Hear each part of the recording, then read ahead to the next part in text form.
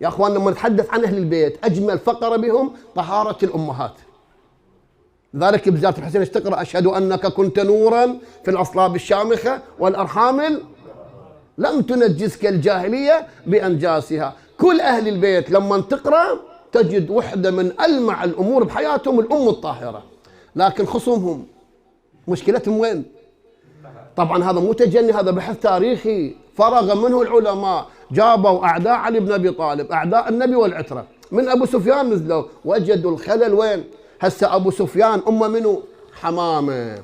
وما أدراك ما حمامة؟ حمامة صاحبة راية في الجاهلية، صاحبة راية يعني تخلي فد علم أحمر على بيتها.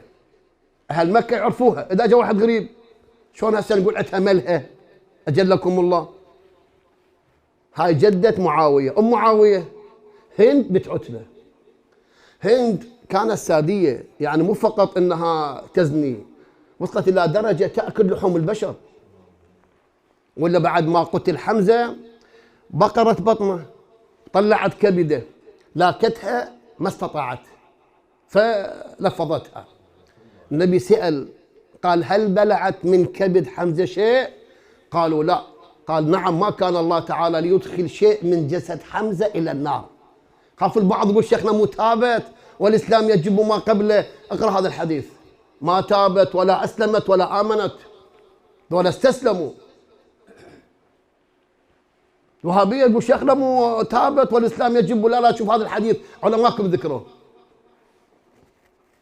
بعد تقول وصلت بها حالة القذارة، قطعة أعضاء التناسلية وقطعة أذانه وخشمه وصوتها قلادة. شعتها ذهب، شالتها انطتها المن الوحشي كافئته، ومكان الذهب والجواش لبست.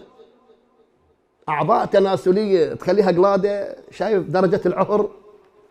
جدته حمامة وهم هند، هالشيء خلص. صور هذا معاوية من اللي رضعته، وهذه هذه هند بنت عتبة هي اللي ربت يزيد. زين بعد هسه اذكر لك بعض الاسماء. عندنا زياد ابن ابي منه؟ سمية. وما ادراك ما سمية. عمرو بن العاص ام النابغة مشهورة، يقول بيوم واحد دخل عليها 40 رجلا. استلم سامع اقول لك ملقط؟ ذولا اعداء علي البيت. هذا عمرو بن العاص. انا مره انتقدت عمرو بن العاص، هذا ابو مازن الجبوري سوى علي قضيه، انت تتجاوز على الصحابه. يا ليش؟ انا عندي مقطع اقول عمرو بن العاص في معركه ومواجهه مع علي بن ابي طالب، لما شاف نفسه انولى نزع ملابسه حتى يخلص. هذا مسلم تاريخي.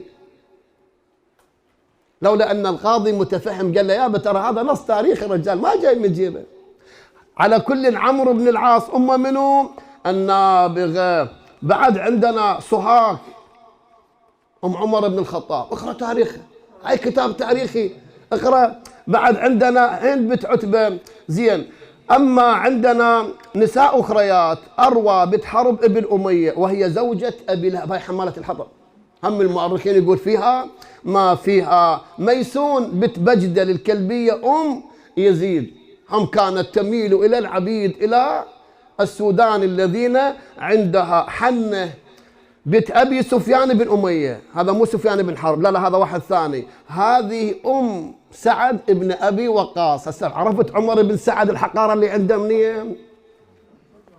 على كل ثم ذول اللي وقفوا في وجه اهل البيت. تاريخ اسود. الامهات لها طبعا يا اخوان. ابن الزنا في الغالب يحن علما للحق وللباطل، ما بني على باطل فهو. انا ما اقول ابن الزنا يوم القيامه يذبونه بالنار، لا ولا تزر وازره وزر اخرى، بس بالدنيا اثار الزنا تتضح بابن الزنا. لذلك عندنا ابن الزنا يصير امام جماعه، يصير مجتهد، حدث لا تقدم ما يصير، لان هو تركيبته شنو؟ ركبت على باطل. على كل حال